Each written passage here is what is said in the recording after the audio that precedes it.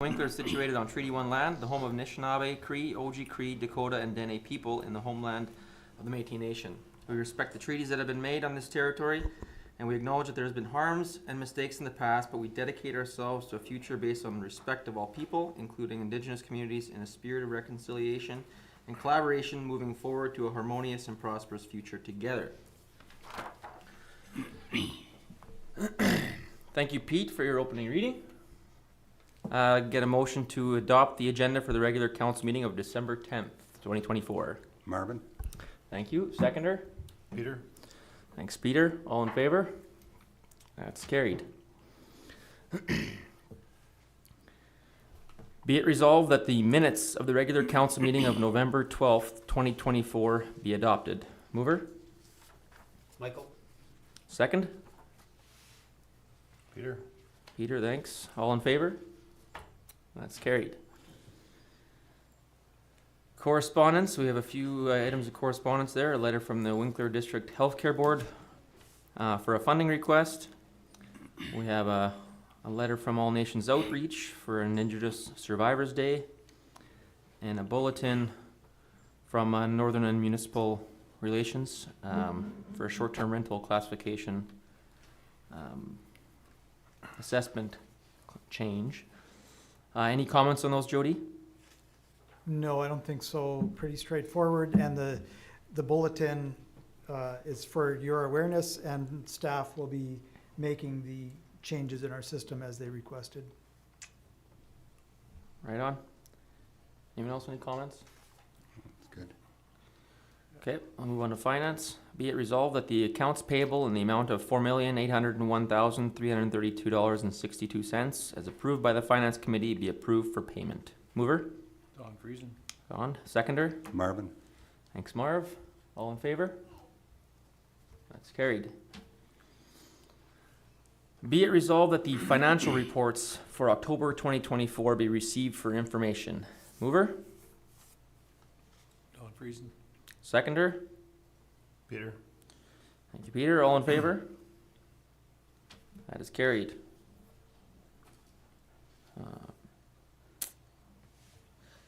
Be it resolved that the police board meeting of the minutes for the police board meeting of October 9th, 2024 be adopted. Mover? Marvin. Seconder? Michael. Thanks, Michael. Any comments on these minutes? Jody or Ryan? Ryan is here if you... Sure. Want to come up to the mic? I can just kind of summarize the report I did to the police board back in October. So this covered the period, the third quarter of 2024, which was July, August, and September. So the third quarter of the year was fairly consistent with the same time period in previous years. We were probably about 40 files less if you want to compare them.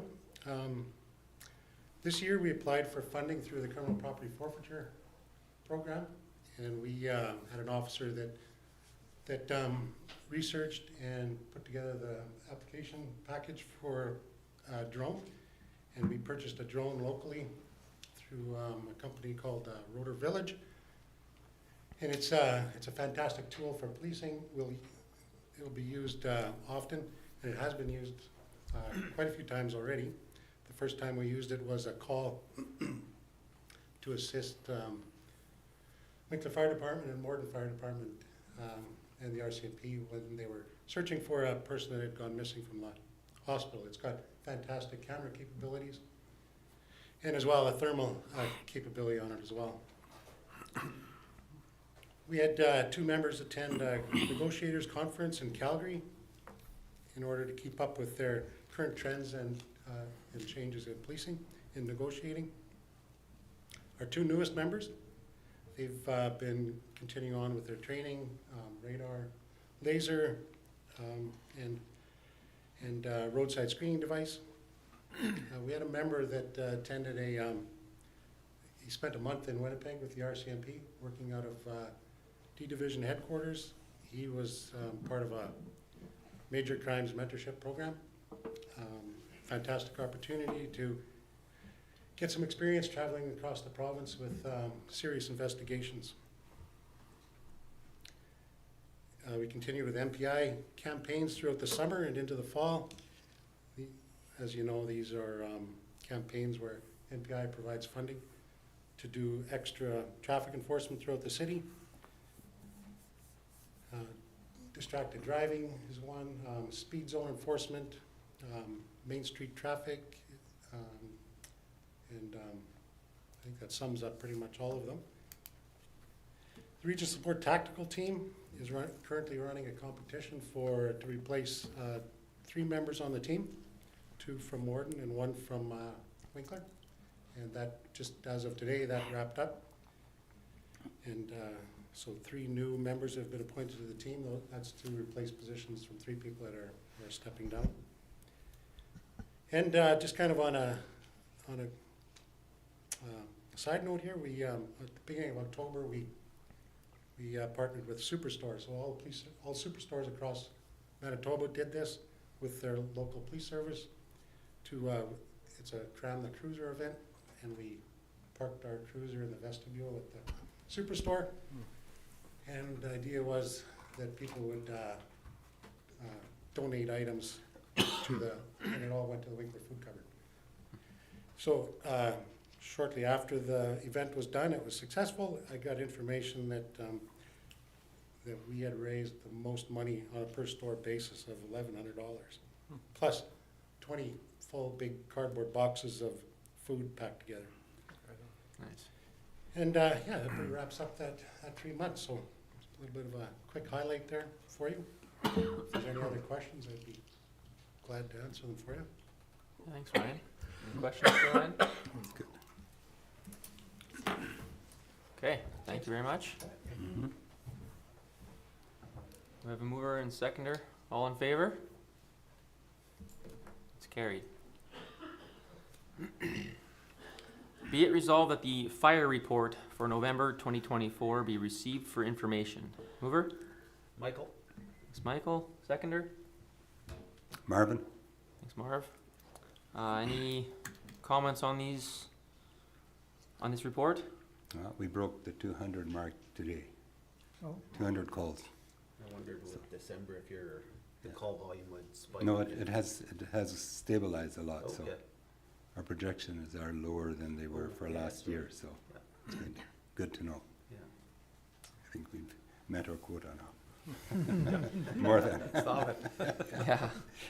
I think thanks. it's a nice little tradition they've started with the fire department and the Flyers with their charity classic. That was another success again this fall. Absolutely. Okay, thanks. All in favor? It's carried. Moving over to transportation. Be it resolved that the council of the city of Winkler support the proposed connection through the city of Winkler for the Trans-Canada Trail to the Stanley Trail Association pathway as outlined in the attached map. Mover? Marvin? Don Friesen's got the first, Marvin's got the second. Any comments or questions about this resolution? I think it's a nice, very nice addition to what we are hoping will happen soon, is the trail that connects Winkler to Morden via the Boundary Trail Hospital. So that'll be a nice addition. I believe also the plan would be that our pathways would then connect into the villages of Rhinefelt and Johnsonfelt, and that the Trans-Canada Trail could continue in those ways as well. Right on. Okay, all in favor? It's carried. Be it resolved that the minutes for the Transportation and Utilities Committee meeting of November 12th, 2024 be adopted. Mover? Marvin? Seconder? Michael? Thanks, Michael. Any comments or questions on these minutes? Maybe just a few things. We approved purchase of a mower for the cemetery, something that'll happen in the new year.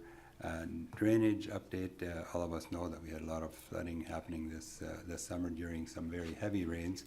And some of the concerns were the water wasn't running away fast enough due to some of the ditches being obstructed with a lot of growth.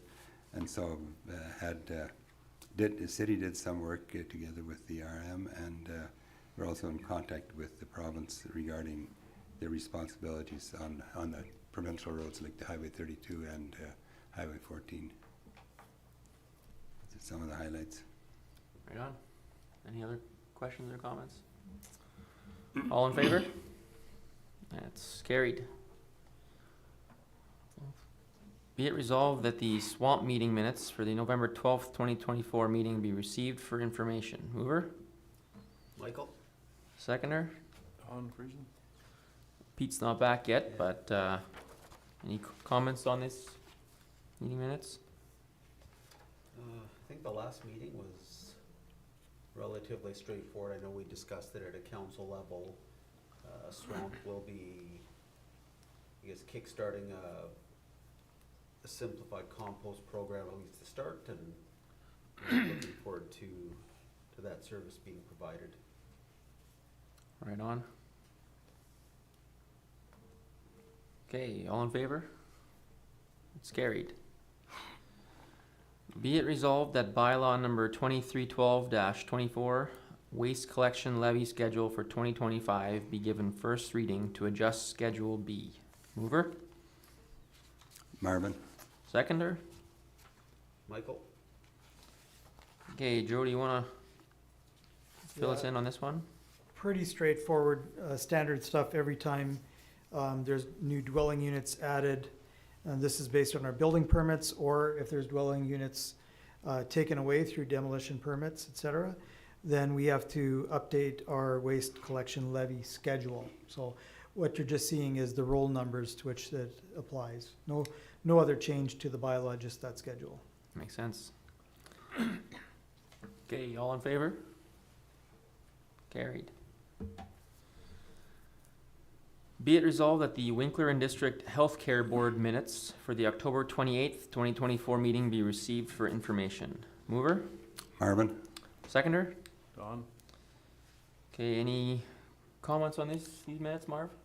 Yeah, it's if you look at the minutes, it's nice to see that the healthcare board is working together with not just the clinic and the physician group and so on, but we are also working very closely with the Salem Home Foundation, the whole Salem Home area, and also Eden, and we have a member on the board from each of those, and I think it's just a good organization, good group that works together with all areas of healthcare that is needed in the area.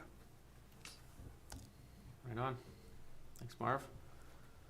We have a mover and a seconder. All in favor? It's carried. Be it resolved that the Boundary Trails Health Center Foundation minutes for April to September 2024 be received for information. Mover? Marvin? Seconder? Don? Thanks, Don. Any comments or questions on those minutes? Hearing none. All in favor? That's carried. Over to planning. Be it resolved that the MSW reports for the October 24 meeting be received for information. Mover? Don? Seconder? Michael? Comments on those reports? Well, at least we're finally getting a few more single-family homes being built. True. Which has been pretty quiet. But yeah, everybody's there, which is good. We got a new building inspector there as well. Yep, you bet. Okay, all in favor? Carried. Be it resolved that the minutes for the planning committee meeting of November 12th, 2024 be adopted. Mover? Don? Seconder? Peter?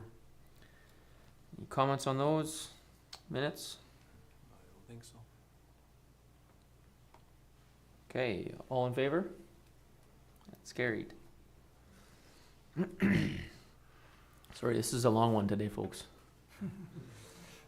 Be it resolved that bylaw 2329-24 be given first reading. Mover? Peter. Seconder? Don. Thanks, Don. Jody, any comments on this? This is, yeah, currently this area, and you've got a map there, is zoned development reserve. That address is 675 on PTH 14. And so the area that you see there is proposed to be rezoned to commercial general. Okay. Everyone have enough information there? All in favor? That is carried. Be it resolved that bylaw 2323-24 be given first reading. Mover? Don. Seconder? Michael? Thanks, guys. Jody, any comments on this one? Yeah, purpose, Oh, yeah. yeah, there's some notes there. The purpose here is to update the street name for some of the lots there that are commonly referred to as Bonneville Bay. But the plan of subdivision indicates that this portion of the street is technically named Bonneville Crescent. So we brought this up at planning committee. It was supported there. We also circulated this to all of the residents there, and there was no objections. And there's no changes that they have to do to their mailing address. So it's just kind of a cleanup. Makes sense.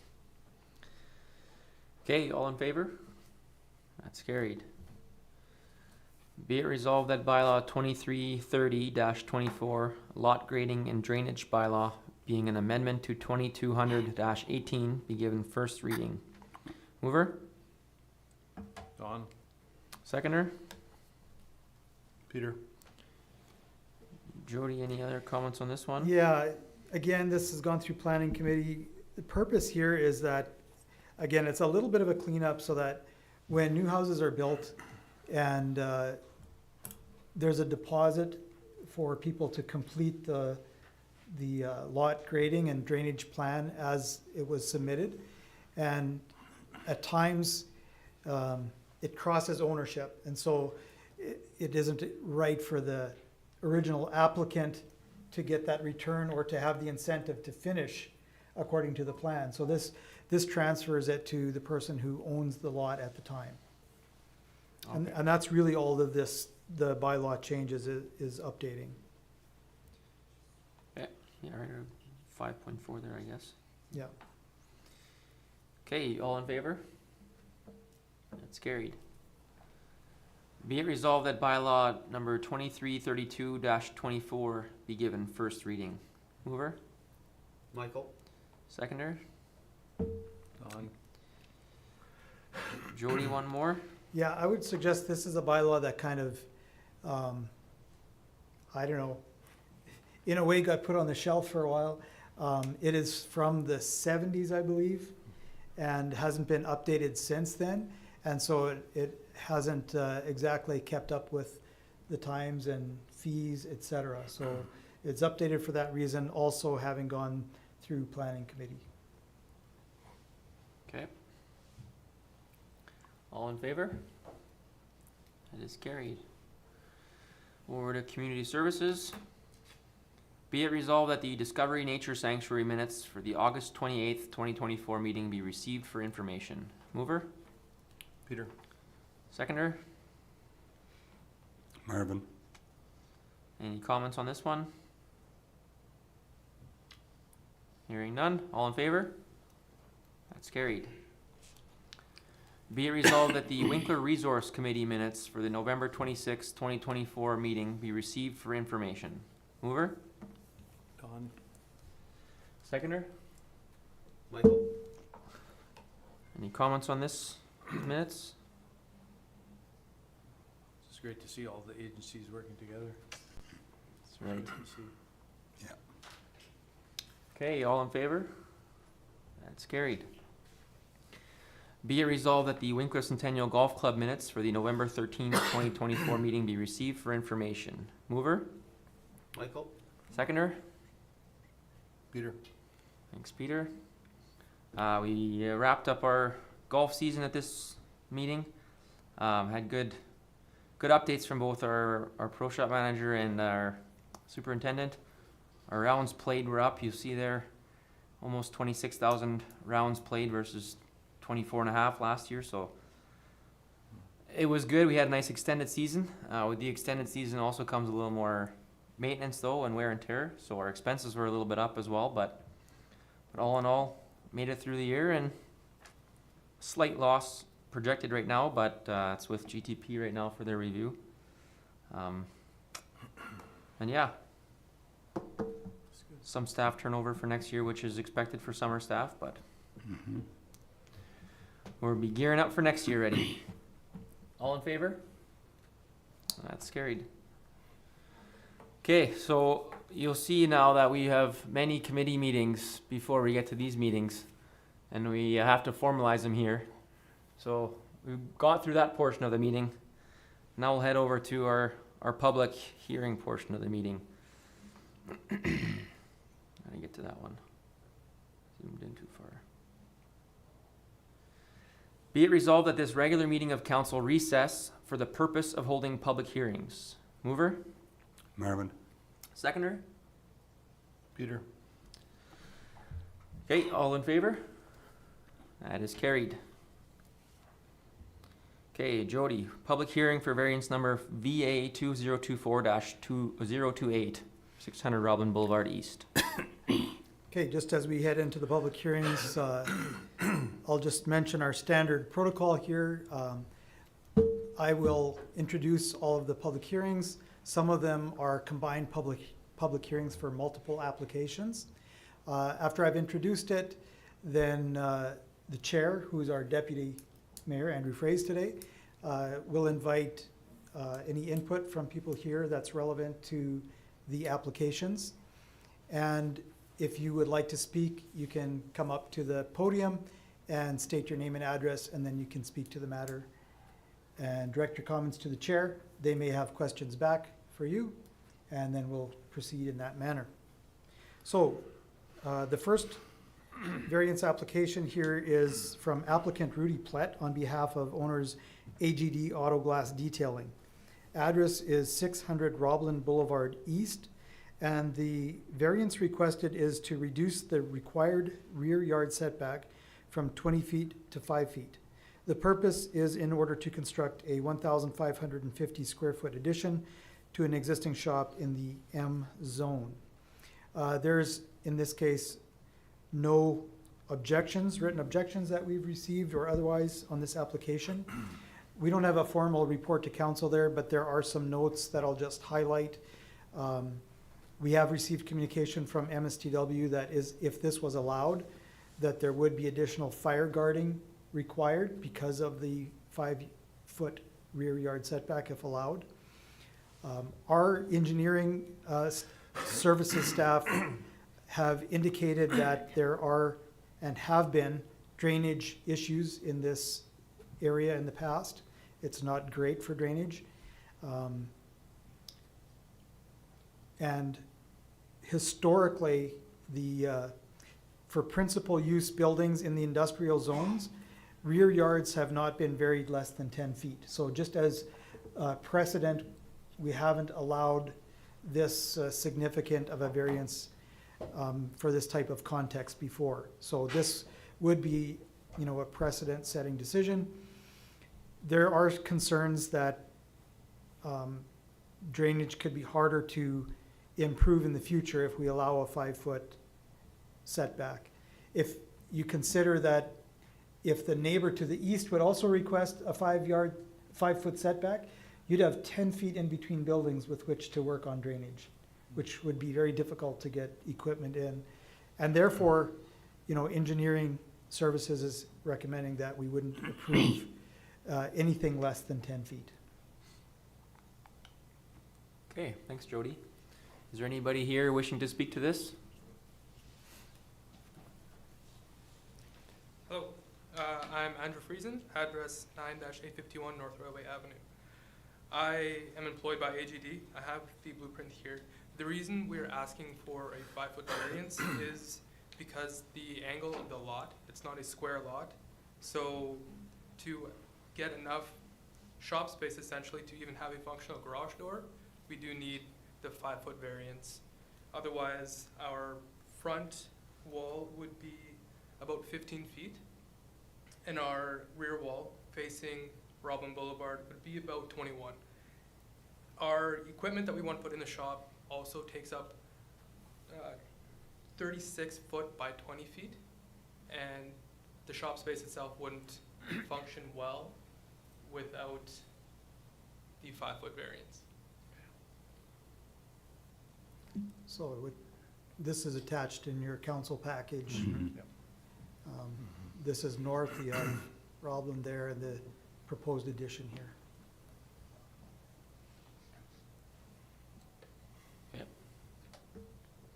Any questions for Andreas? Yeah, and my concern would be for future, as we saw this year, we've had some serious rains. Yeah. And so how would you answer the question in terms of how that could be addressed, especially in the light that the next door neighbor might ask for the same, and you'd have a 10-foot spot. So we saw our neighbor to our immediate south, they built their parking lot up by about 1.5 feet. We would probably also do the same, and if we would be required to, we could build a concrete culvert. Or a concrete ditch, sorry. Was the concrete swale discussed with the engineering department in our office just to Not yet, see if that was an option? not yet. Okay.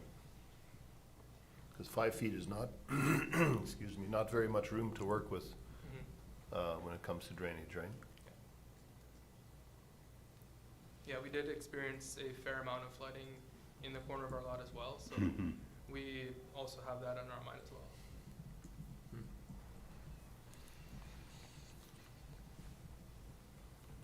Any other questions for Andreas? Anything else you'd like to share? No, that'll be all. Okay, thank you. Thank you. Is there anyone else wishing to speak to this?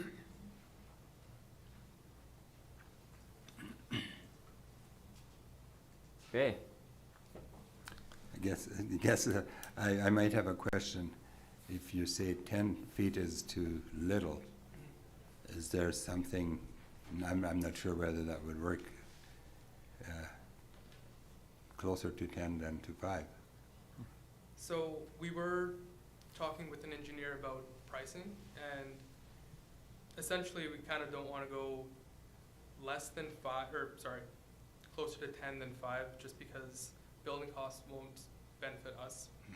And in that case, but also because, as you see, it is sloped.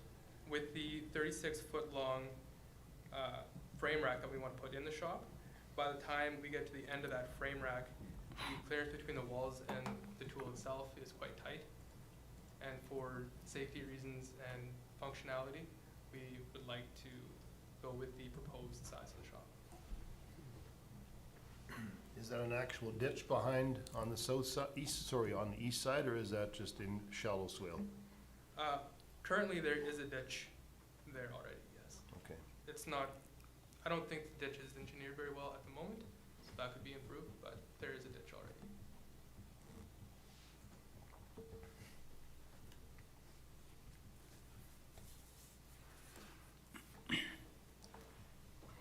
any other questions? Okay, thank you, Andreas. Thank you.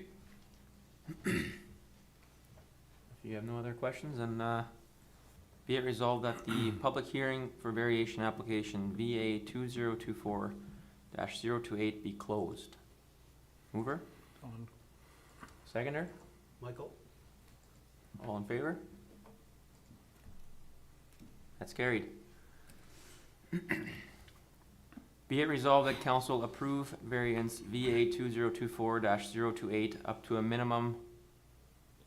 Oh, are we saying this already? Well, that's up to you to decide. Like, I think if you, as council, want to discuss We how discussed you that want it to before we go. read, like, and then someone would need to move whatever is proposed. Because my comment was the same, was to me, 5 feet, if we start this, it's, that whole commercial area will be built right up, and I'm just thinking for fire protection, I know they talk about fire guard, but for Mm.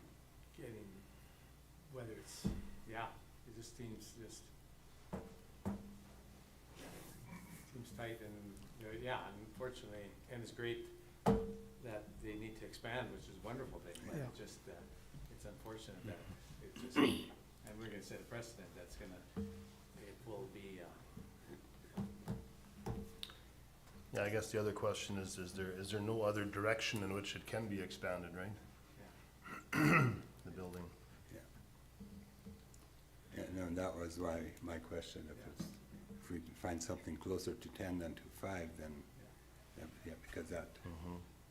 but, and 10 we've done before, right? mhm. Yeah, We have.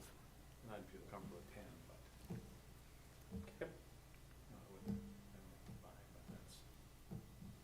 Any other comments? So if we did approve this variance to 10 feet, then that would be something, it's not like, if he asked for 5 and we denied it, then he's stuck. But if we do 10, Then you'd have to there's- reapply. Right, but this gives him an answer, Option. yeah. Agreed. Yep. Yeah, so that's, So then the resolution, you guys would be comfortable with a 10-foot instead of a 5-foot? Is that what you're suggesting? I would. You ready for the question then? Sure. Yeah. Did we have a mover?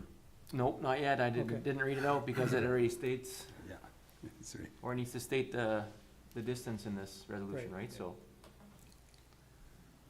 So be it resolved that council approve variance VA 2024-028 up to a minimum of 10 feet rear yard setback, subject to MSTW building permit and city lot grading permit approval.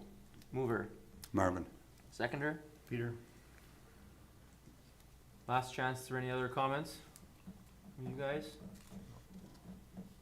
Okay, all in favor? And that is carried. So it'll be approved for up to 10 feet for a variance right now.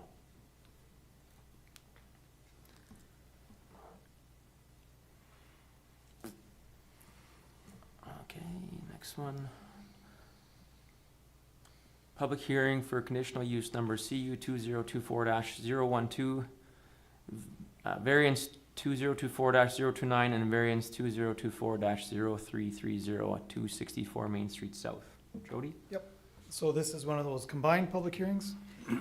The applicant for each of the all of these applications is Glenberg Design Builders and also the owner, 264 Main Street South, as mentioned. The existing zoning here is R1 residential lower density zone.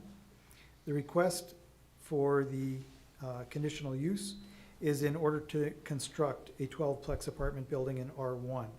So multifamily is, would have to be rezoned or potentially conditional use for multifamily.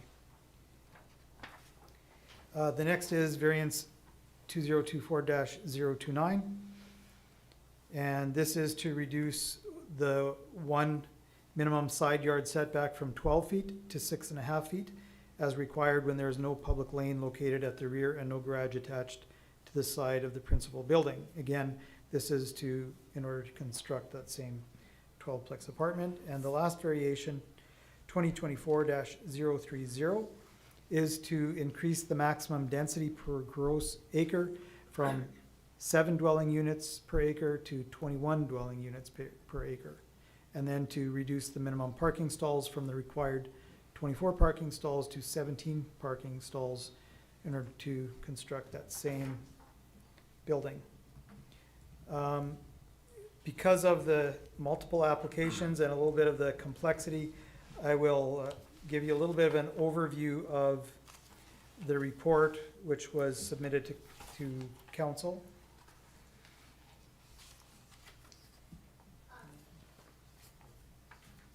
Let's just grab it here. So, and I should say, in this case, we haven't received objections to these 3 applications. So just to highlight a few things in your package, under zoning, as stated, multi-unit dwellings are a conditional use. R1 has a maximum density of 7 dwelling units per gross acre. That would equate to 4 dwelling units. And just to give a little bit of background, I know you probably all remember, but earlier this year, there was a rezoning application for the same property for also a 12 plex multifamily unit. Council then passed the resolution not to proceed, and there were a number of reasons or justifications that council provided after the hearing. That's part of what's required under the Planning Act. Wasn't always a requirement, but it is now. And of the reasons that council provided, we don't believe that it actually addressed many of council's. I know the applicant has worked with the neighbors to try to find a solution that is, workable for the developer and also for the neighbors. But in terms of addressing the concerns that council provided,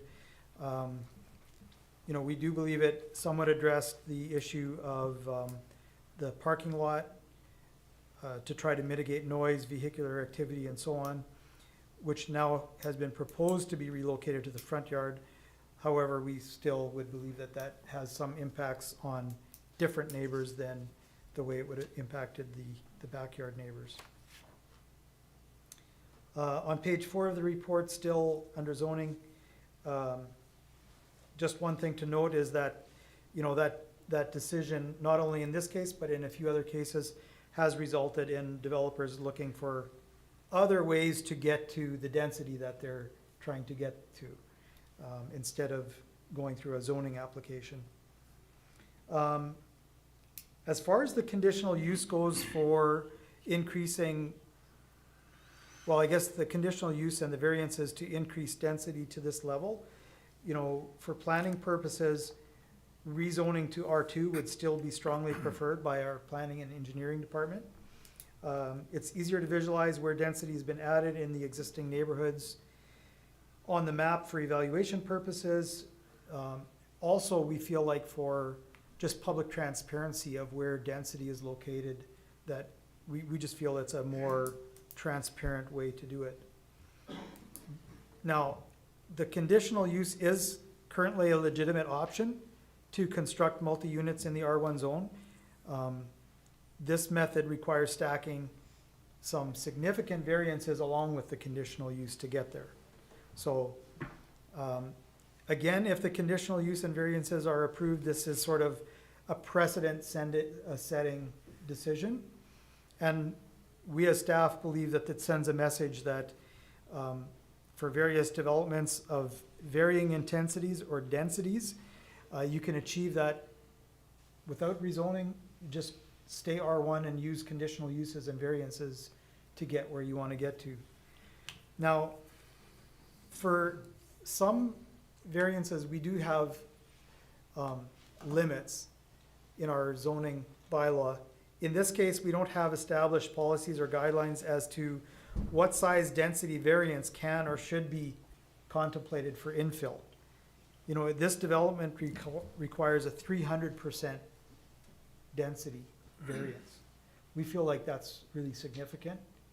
We feel like a more reasonable zone or range would be more like 50%. But again, that is essentially up to the will of council on how you feel on that.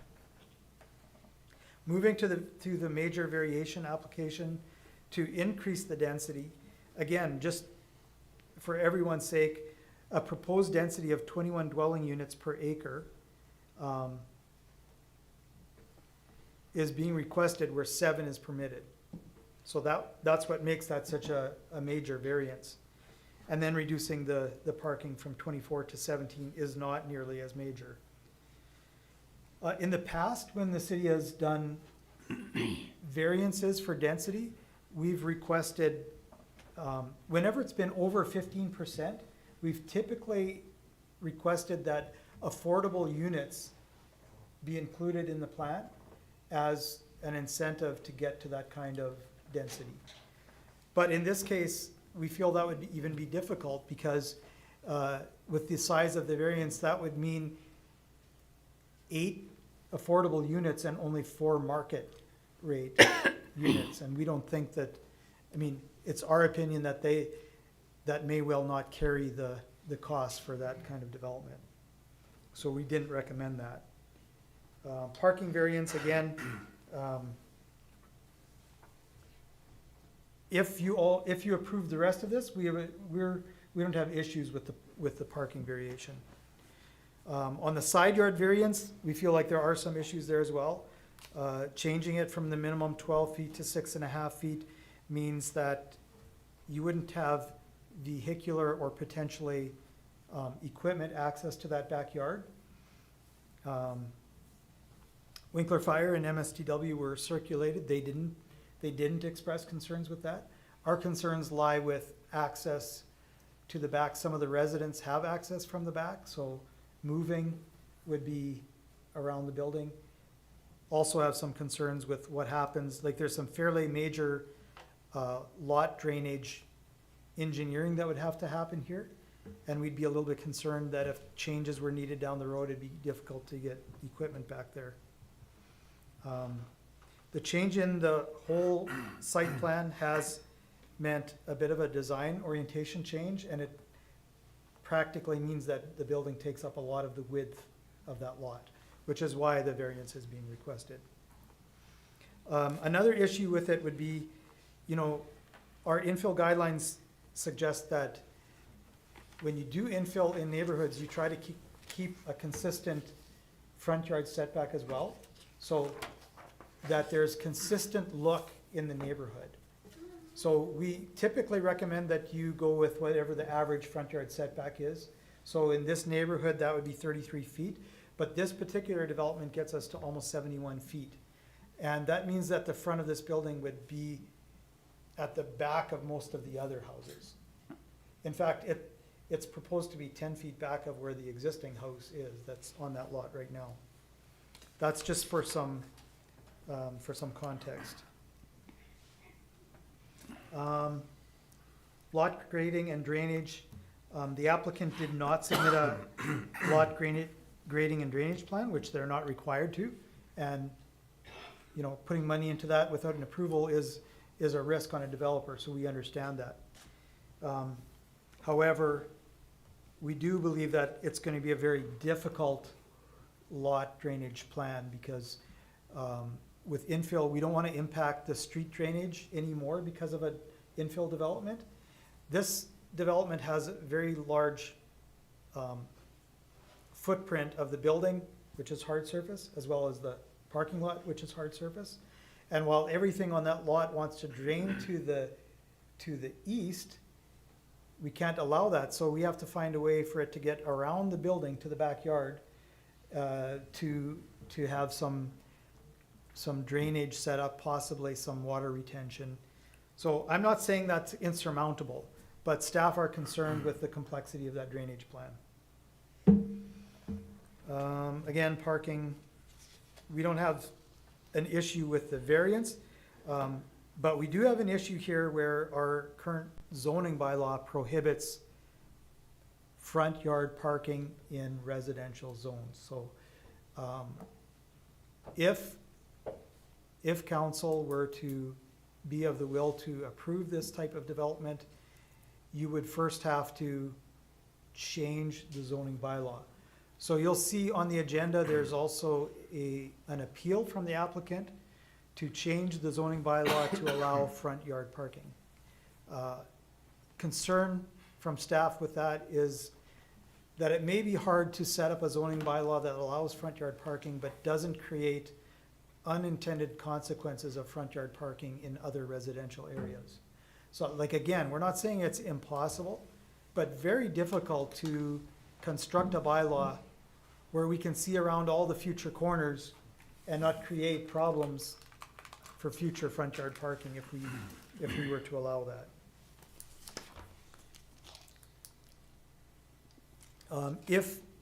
And you have some notes there, if you were of the will to approve that appeal to change the zoning bylaw, in that case, we would say that the rest of the applications and public hearings should be adjourned so that the bylaw could be dealt with first, because we can't approve things that conflict with one of our own bylaws. I hope you're writing down your questions if you have them. One of the last things here is our infill guidelines. The development, in this case, does not comply with our infill development guidelines. That has to do with the front yard setback, the minimum side yard, and the parking in the front yard.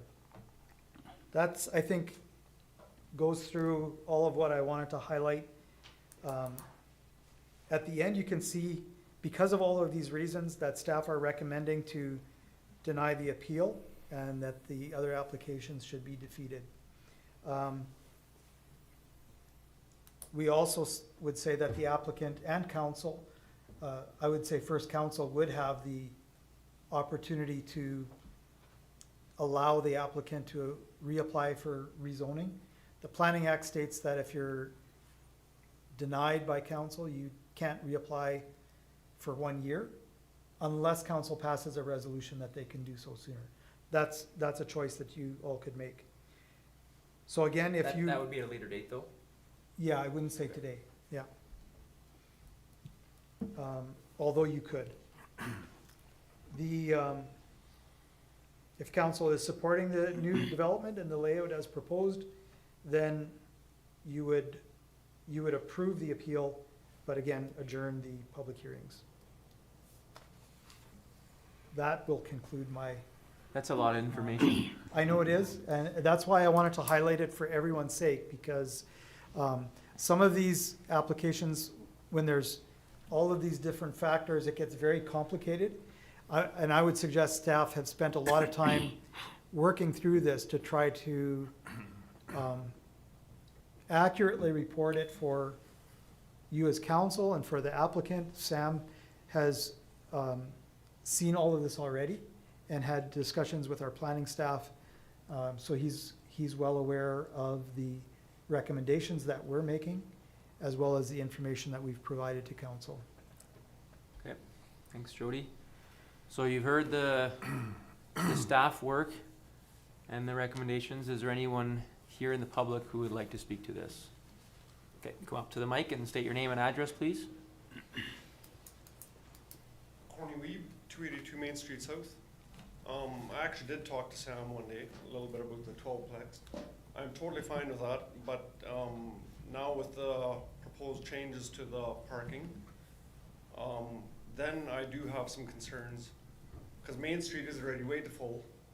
Like there's too many cars. They don't bother me in general, but when there's so many cars on Main Street, especially in winter, they start crowding the street, and Main Street is a main road through. And so there's lots of traffic coming down there, and then cars will go way out around, and there's often accidents almost created because of it. So I would, my thought is parking on Main Street South for sure should be allowed on all the front yards. Like it should be a law on that street almost. And yeah, that's my one concern with this project now. If the numbers change from 7 to 21, would they all be parking on the yard, or would they be curbside parking as well? There was how many parking stalls? 17. 17 for 21 units. For 12 units. 12 units, sorry. Okay, so that, Where we normally have 24 stalls, right? Yep. So the variance is to go to 17. but then all the visitors for those proposed units would be parking on the street? Wherever there's available parking. And as we left our yard today after supper, there was already 3 illegal cars parked on the opposite side of the road. And that's what I'm just trying to get at here. The parking is already way too crowded on the street. So that's the only problem I have with this. The building itself, the people, whatever, that's all good. So I have a question. The development across the street from this, do those visitors also park on the street? You have that, what's it They're a called? little further Woodlawn? down from us there, right? You call, yeah, I think it's Woodlawn, that's between Main and Third Site. Woodlands. Woodland Estates. Do they also park on the street? No, The visitors, no? no. Do you have room on We the, have okay, sufficient parking okay. on our boundary, which we are private property. Mhm. So Yeah, we'd be almost next door neighbor. For me, side parking, front parking would all be acceptable. Like it's just what you need for a building like that. I've been in building all my years, like it's, and especially being down Main Street, it is already like, this end is residential, but the other end is commercial. It's, to me, it would make a big difference. And the other thing you mentioned was the house, most houses being 30 feet from the front. My house is also probably about 70 feet from the road. So my house is also way further back than all the others. And that, I bought it like that, it was already all done like that, so. I think that's all I have. Okay, thanks, Corny. Anyone else would like to speak to this?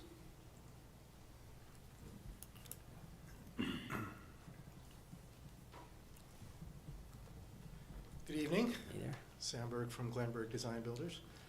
Home address is in Schonsenfeld. I don't think that does us any good, but so as you recall, we were here a few months ago and discussing this, and as you recall, we brought a plan that very neatly and tidily fit within all the rules and regulations, and we served those well. And I think, before I get into any of the details that I'd like to present, I'd like just to say that I think typically laws, bylaws, rules, these sorts of things that we create these things to serve us, not for us to serve them, right? So when we're looking at these things, sometimes I think we can get very caught up in what is on paper, and I think that's what was communicated at the last meeting. Even though that was on paper, it wasn't necessarily something that the council felt comfortable following, right? So, and that's your prerogative, of course. So we were charged with the task to meet with neighbors and to come up with a solution that would be suitable for the neighbors as well as for ourselves. And so we did that. We've redesigned this building. We've addressed what I feel is the majority of the concerns. I'm not sure if I completely agree with us not covering the concerns. As I go down the list that you had, looking at neighbor concerns in general, one of them was density initially, but that softened considerably when we moved the parking to the front. I would say that for those that were in opposition, that are no longer communicating that, I think everyone would probably say less is better, but at the same time, because of the changes that we've made, they have been in agreement with the design that we've come up with.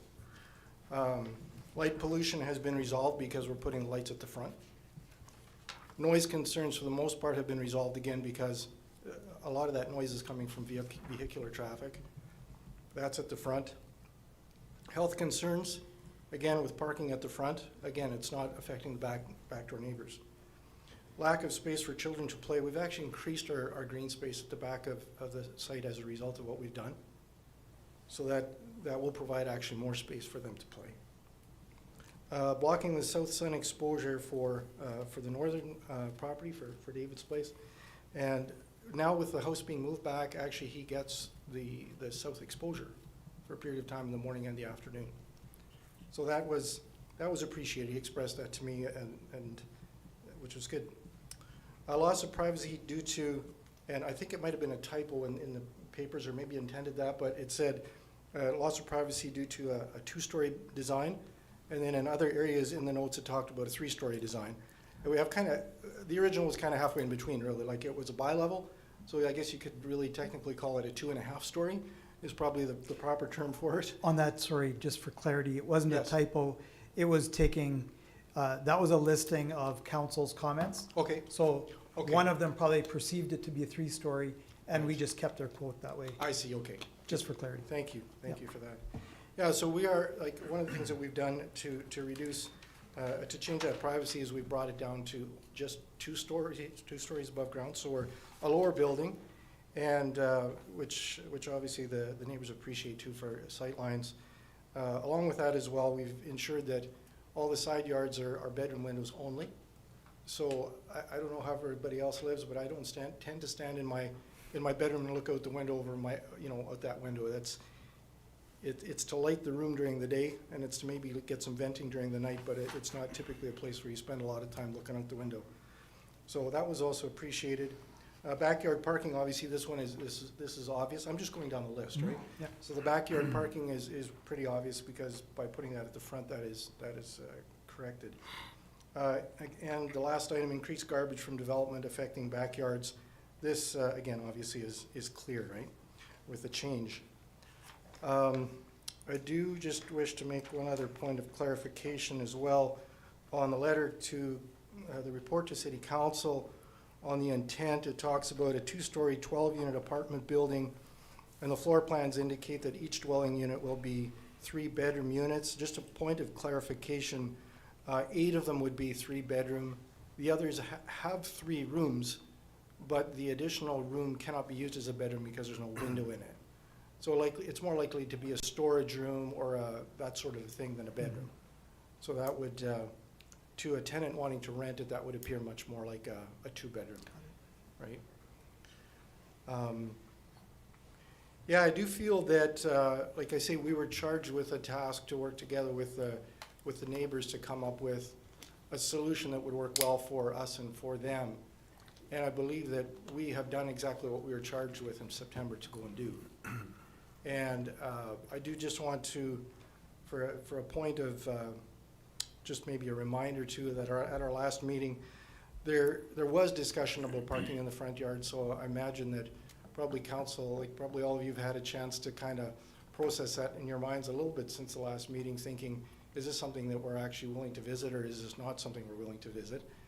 And so, yeah, I do hope that that is a direction that you are interested in going, because it does, like I say, it does then answer all of the concerns that have been brought up for the neighborhood. Yeah, I think that's. I guess another point of clarification just might be, as Jody mentioned, the variations. Like, there's a number of variations stacked here, right? And I understand that. But again, it was in the effort of coming up with a plan that works well for the neighborhood and works well for us. I believe that the variations, again, as Jody communicated, on R2, we wouldn't be talking about a lot of variation. Like, there's not a lot of stuff left when we go R2. A lot of it aligns very nicely. We, as Glenbrook Design Builders, we have no issue going to R2. We have no concern about that. We've come back with this application this way because we felt that there was maybe a conflict was coming back to with another application for an R2 rezone in such a short period of time, because there are some regulations that are a little bit sticky around that. And so when we looked at that, we thought this might be the suitable way to apply. We might do it differently after maybe seeing the recommendation, but anyway, we're open to that, to rezoning to R2 as well. So, Thanks, Sam. One, if I may? Yep. Just one thing, like, you were tasked to work with your neighbors, and you did, you're correct. Right. The objections that we listed in our report were the objections that council listed. Right. So, I agree, you did exactly as you were asked by council, and that was go back and work with your neighbors. So, just wanted to clarify the ones that Right. we were listing, like the density, for example, some on council were the ones that still had objections to that. So, Okay. Yeah. just to clarify. Right. I think for the most part, your objections lined up with theirs. 'Cause A lot of them did. That's where a lot of them came from, Yeah. right? So, okay, good. Any other questions before I sit down? Any questions for Sam? Okay, you referred to the report to council. Have you seen the report to council? Is Yes. that- Yeah, I get a copy of that as well. Yeah. Okay, yeah. So, yeah, I noticed there are a number of concerns on that are, I don't know, so my question would be how do you respond to those concerns? So, Like, if which you one look at specifically? Well, if you look through it, the ones that are highlighted in the red or orange categories. Mhm.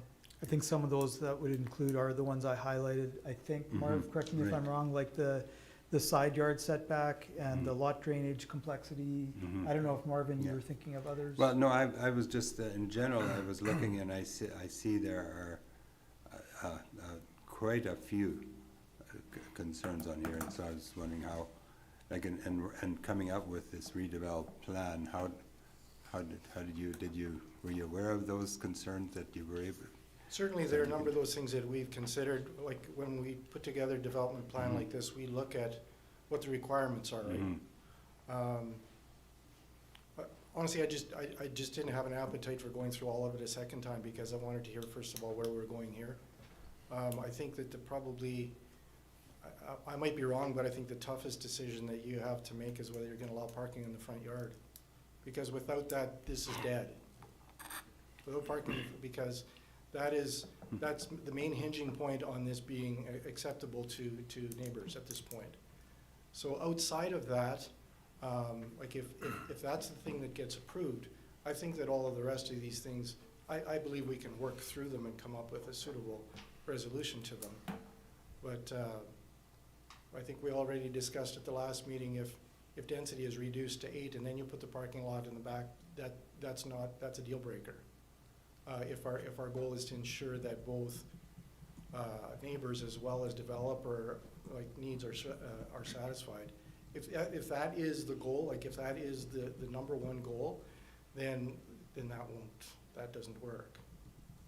So parking is the hinging point on this from what I see.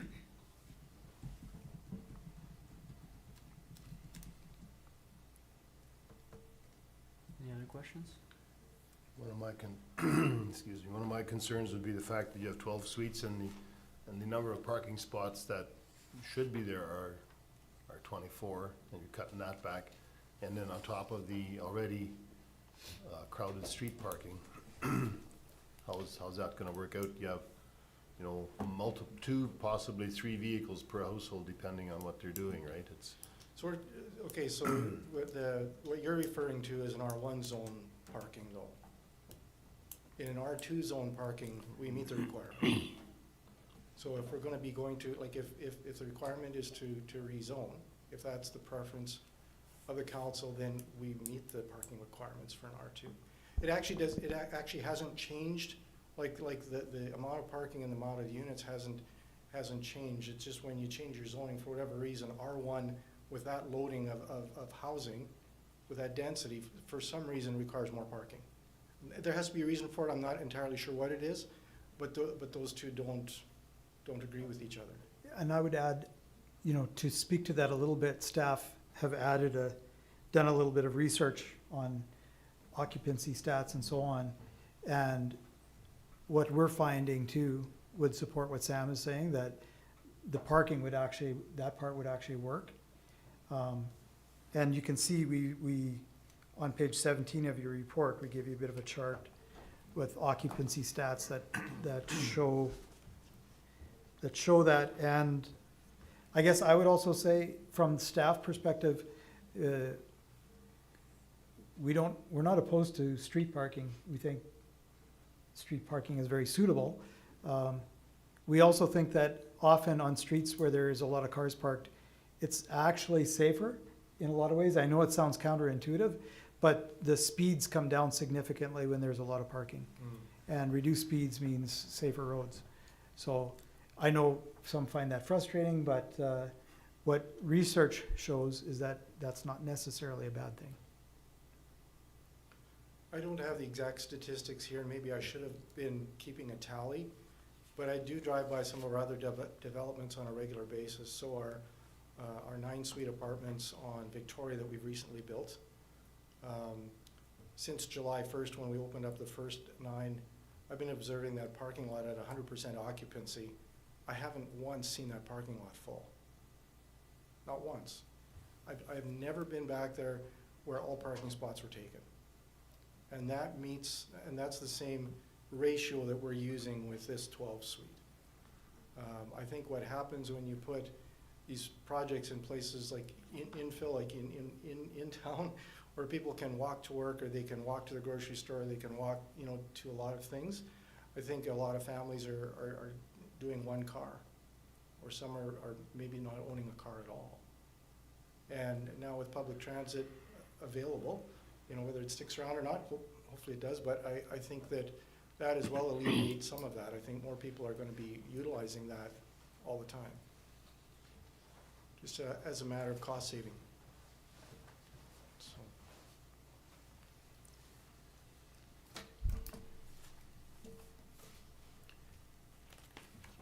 So, remind me again, either Sam or Jody, the percentage of zone, it's. was it Density variance was about 300%. 300% variance for the, Yeah, in R1, yeah. yeah.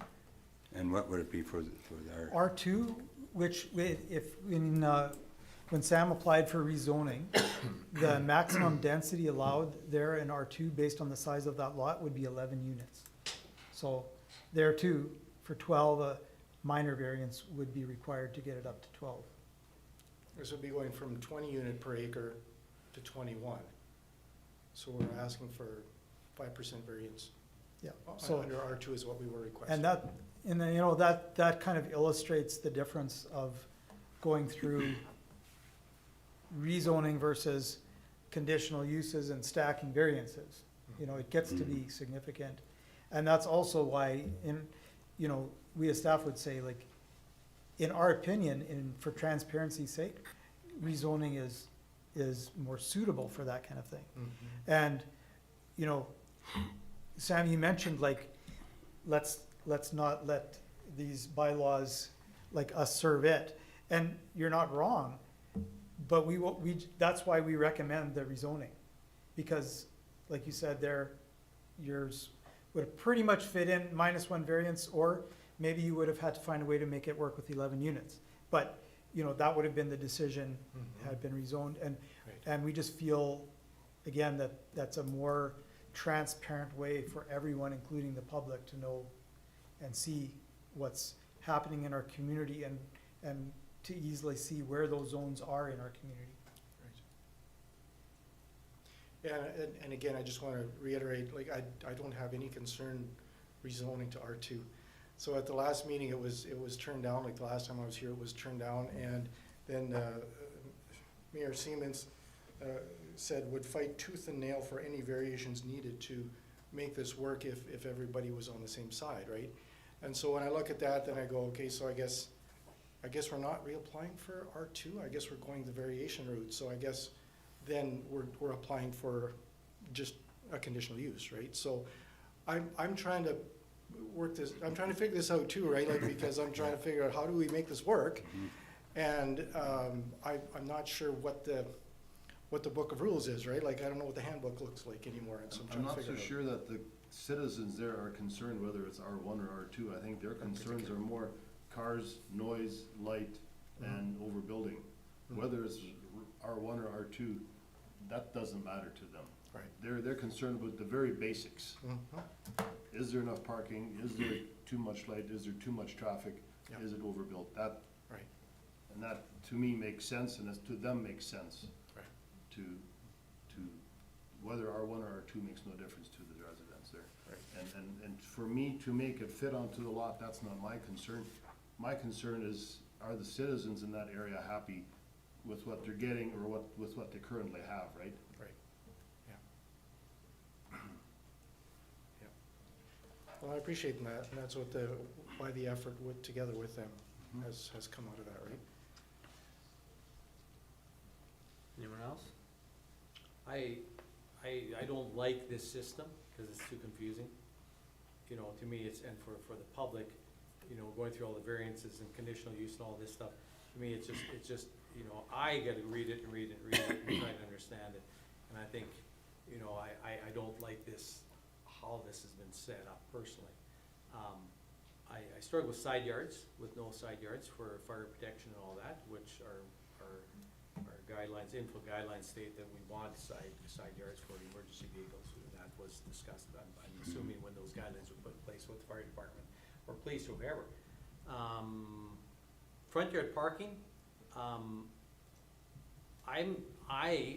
speaker's opinion only, I like the front yard parking better, but I also know what our bylaws say, we don't allow front yard parking. So whether we relook at that bylaw somehow, but to change anything tonight, you know, the unintended consequences, we have made those decisions sometimes, and you make them, and then 3 years later, it's like, oh shit, we didn't, sorry, language, but we didn't think of that, you know, it happens. So we, and the staff does a great job of reminding us of unintended consequences, which, when decisions get made, and, you know, make decisions emotionally, whatever, and then you make them, and then later on you go.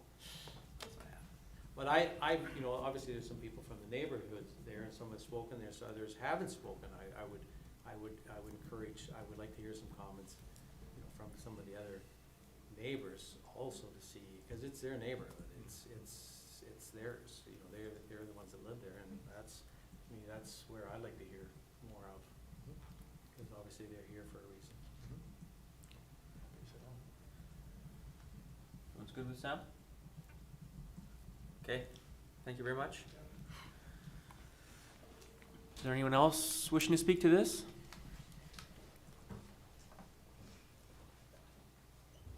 Yeah, I'm Jerry Friesen. I'm from Woodland Estates.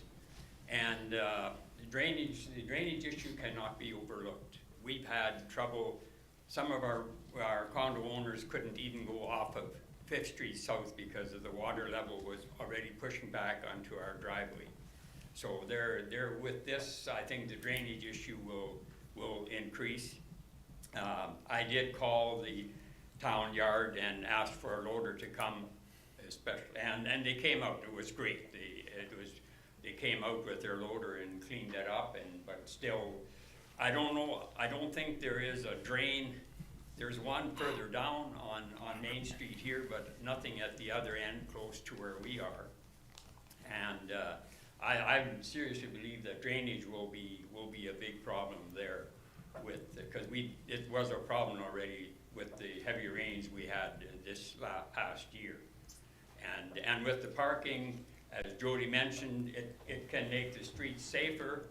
But if you have a number of cars parked, and if the guy going that direction doesn't go all the way over to the curb, there's no way the people come the other side, so they're sitting back there waiting, you know. But if the other guy goes further off to the curb, then they can still pass with the parked car there, but 75% of the time that doesn't happen. And yeah, we're a little bit concerned. I'm on the board at Woodland Estates, and we're a little bit concerned about traffic and noise and the aesthetics of the whole thing. We just don't think it belongs in a neighborhood, in a residential area like ours. And I can see the advantage of it. It's close to schools, there's churches in the area, and as far as it being close to grocery shopping and stuff like that, the ones in Victoria are a different story. This one would be quite a trek to go to the co-op or garden land, as it is called now, for shopping. So that would be quite a trek to go over there. And I might be crazy or thinking out loud what it will do to our property values. Thank you for this.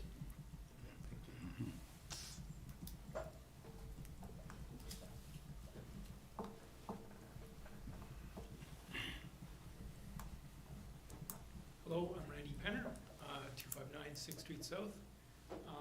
I'm just here just to affirm that we worked diligently with Sam. He was very cooperative. We collaborated on 2 occasions where all the objections that I brought forward in the previous 2 meetings were addressed, and I'm in support of the proposed changes to the front parking lot. Okay. Thank you, Randy. Anything else? Okay.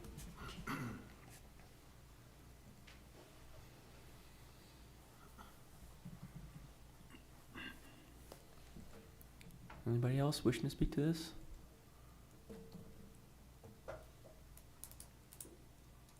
Hearing none. Any other questions for council before we close the public hearing?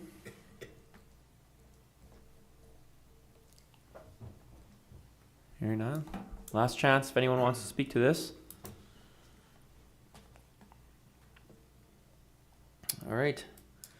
Be it resolved that the public hearing for conditional use application CU 2024-012, variance VA 2024-029, and variance VA 2024-30 be closed. Mover. Peter. Seconder. Marvin. Don's got it.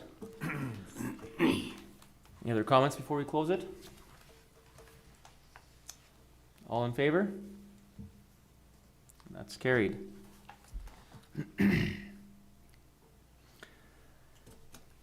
Be it resolved that the appeal to council to amend section 5.1 of Winkler zoning. That's incomplete there, Jody. What do you want me to say sorry. here? Hang on one second.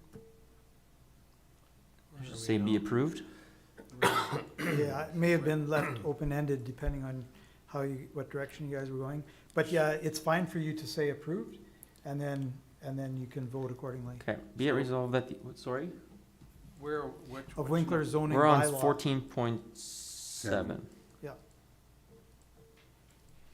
Be it resolved that the appeal to council to amend section 5.1 of Winkler zoning be approved. Mover? Don? Second? Michael? Thank you. So this resolution states that we'd be approving the appeal. Of the parking lot. Of rezoning, or amending our zoning bylaw to allow parking in front yards. So we denied this, now he's looking to appeal it. So if we approve the appeal, that means it's good? If you now, Well, if you approve this resolution to grant an appeal, the appeal is to say, it's an application to appeal to change a bylaw. So you're saying that we will amend our zoning bylaw. It doesn't say exactly, like, there's all kinds of ways that you can put stipulations on it, but you would be voting in favor of finding a way to amend the zoning bylaw to allow front yard parking in residential zone. In residential. Yeah. Which, to me, that opens up a huge can of worms. Right, and the 'Cause note then that it's we front have. yard parking for everyone. Right, and the note that we have to you is like, is it impossible? No. But we'd have to try to construct the bylaw in such a way that it doesn't allow it in areas where you wouldn't really want it. Like, just as an example, we've had residents complain about driveways that have a large number of cars parked on them consistently. To say, how can you allow that many cars? We feel like we live across from a car dealer. And they've been very upset about that. That's never mind front yard parking. Should we allow front yard parking? Our question is eventually, what do you end up with? Do you have neighborhoods everywhere who just have vehicles or trailers parked on their front yards? And is that the look of communities that we want to create? Now, again, we would try to construct a bylaw in such a way as to minimize or mitigate those kind of things. But it's hard when you're trying to make such narrow, like you end up making bylaws so narrow that you almost are a slave to them, you know what I mean? So, because there are certainly, I think, areas where people in Winkler would not want to have people just parking wherever in their front yard. So that's the concern on staff's part. Some of you might be in favor, and that's your prerogative. So if we would go to an if we go to an R2 zoning, that bylaw for front yard parking could be changed differently than a blanket R, like. I believe so, but I would defer to Stephanie on that. Stephanie, you have a mic there. Do you want to input on that at all? So your question was, could you use specific standards for parking lots in the R2 zone? Yeah. Yeah, that's Yeah. certainly a Like, possibility. to me, like this, in R1, to me, it's just, that. That would be the most difficult part. It's just, I don't even wanna go there. Like, I don't at least wanna go there, cause that could be disastrous. And, Just to give an example, if I may, like, there may well be different types of buildings that are in higher density zones even than R2, where you might want different parking guidelines or bylaws, you know, where you're building larger apartment buildings where what is technically a front yard might need to be the parking lot. So I think you're right in saying that it would be easier for us to zone in on the right thing if we can limit it to R2 or higher densities.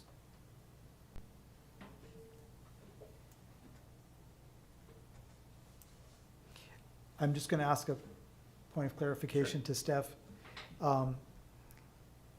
The way that we're gonna have the resolution to amend section 5.1, subsection 5 of the zoning bylaw, does that, it doesn't restrict us, it doesn't say exactly how we're amending it. So we could amend it to have different requirements in R2 versus R1. Yep. Okay. Just wanted to be clear. So we're not painting, if you approve this, you're not painting yourself into a complete corner by saying you're allowing it in R1.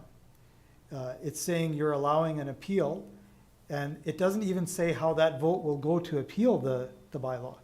But you're allowing the appeal to consider the bylaw changes, and that might be that they only affect R2 and higher density zones.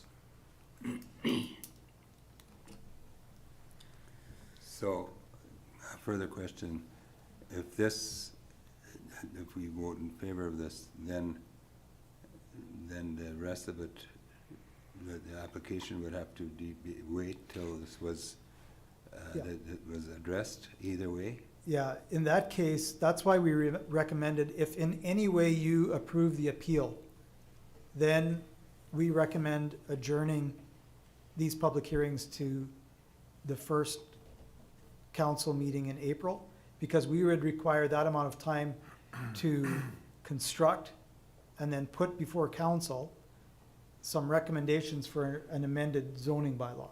And again, you know, there's risk on the developer here as well, because the risk is when you come down to it, you might decide that we don't like these amendments, and so we don't vote in favor of the changes. And if the changes aren't in favor of the developer's applications here, then he would again need to go back to the drawing board and figure something out.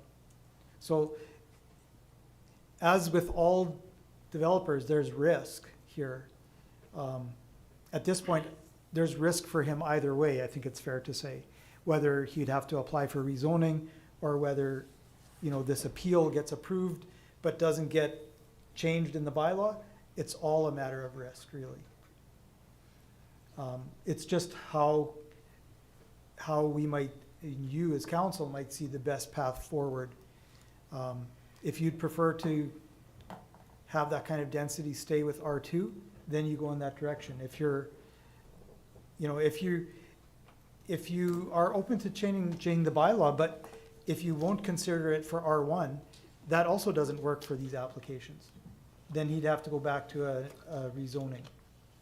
So, you know, if you're not prepared to consider front yard parking on R1, you essentially put the developer in the same position, because they would then have to apply for R2 zoning again.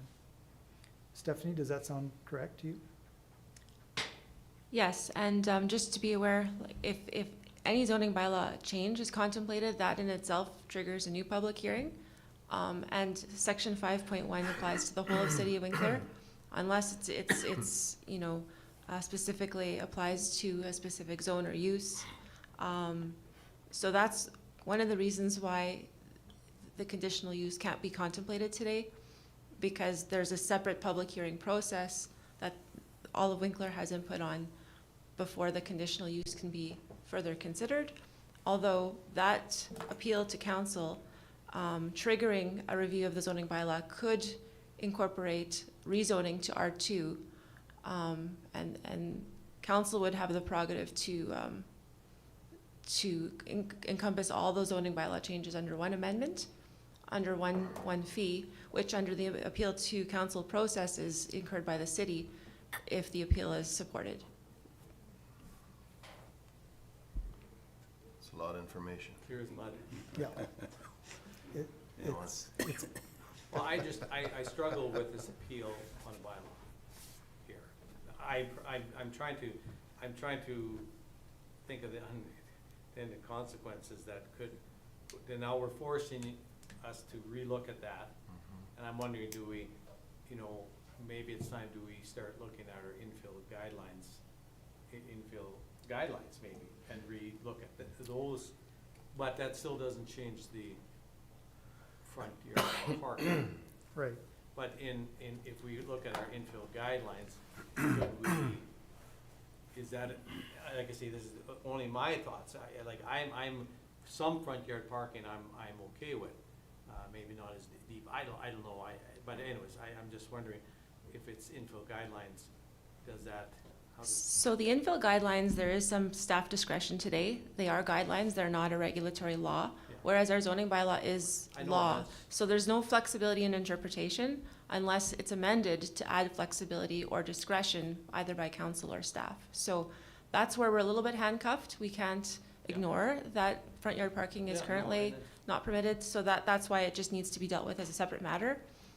If there's an appetite to revise the zoning bylaw to allow front yard parking in all residential zones, in some residential zones, that just needs to be dealt with first. I guess I'm disappointed that it's come to this point at this place, because I had been hopeful when I found that the applicant was going to redo that there would be many more points of agreement with the way things are written, so that we would be able so that I would be able to happily support the construction and so on. I support infill. I think it's important. I think it's a wise use of our resources and so on. But I know that it needs to be done in a way that is supports the existing always in our history. And I've got a couple of years of history on council. There have been times when we have had this before. This is not the first time. And we've had at times when the community spoke and when it was quite obvious to council that it did not fit, could not fit in the existing community, so it was denied. There were other times when things could be worked out, when it could work well. And so that is my hope still with this, and I would have, like I said, I would have hoped that we could have, I could have seen quite a few fewer red dots on the report to council on this that would have addressed some of that. So, and I think then we might not have to worry about this appeal resolution now.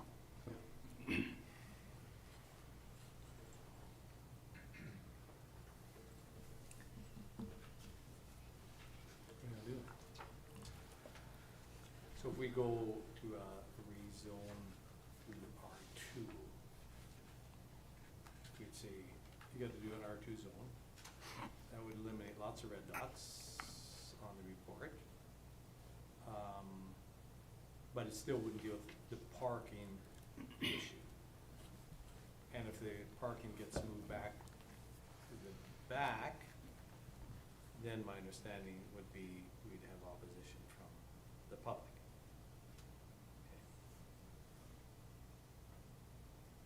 So then,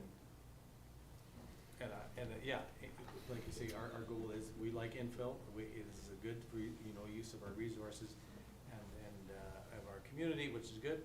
So somehow we have to deal then, I guess, we have to deal with parking. If that's,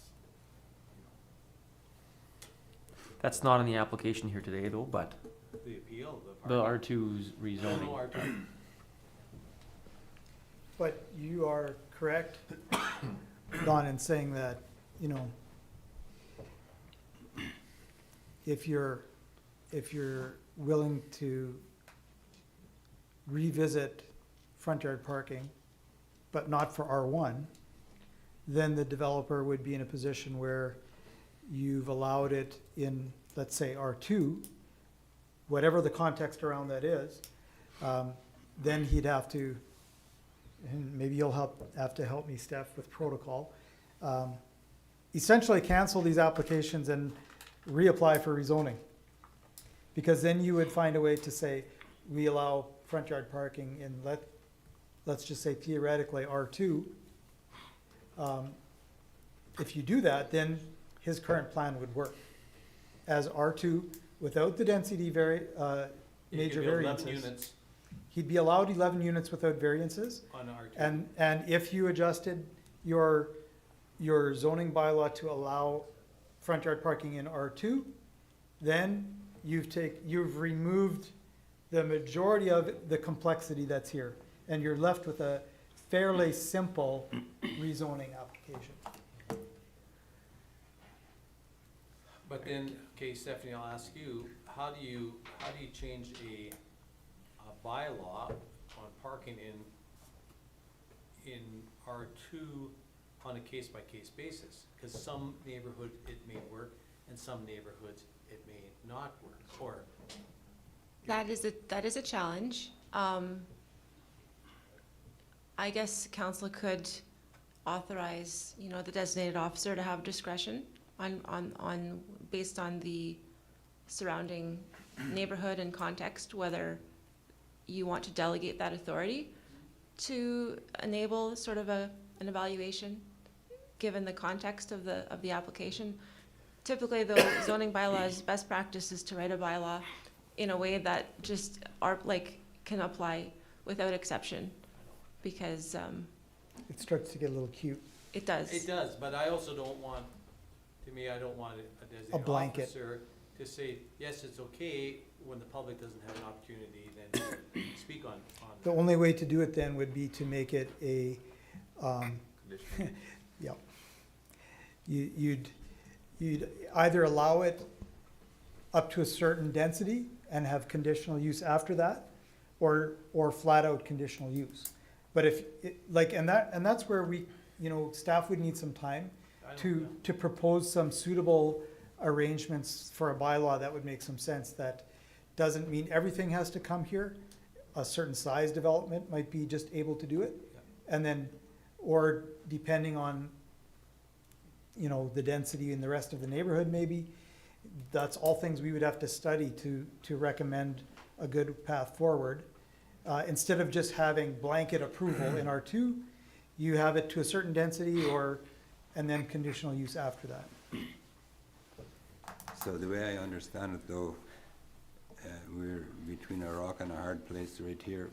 If we approve this, then the next part stops, because we have to get to the appeal process and the bylaw process first. It And- means some delay for the developer, for sure. And if we don't approve, the same, or can we then go ahead with the rest of it?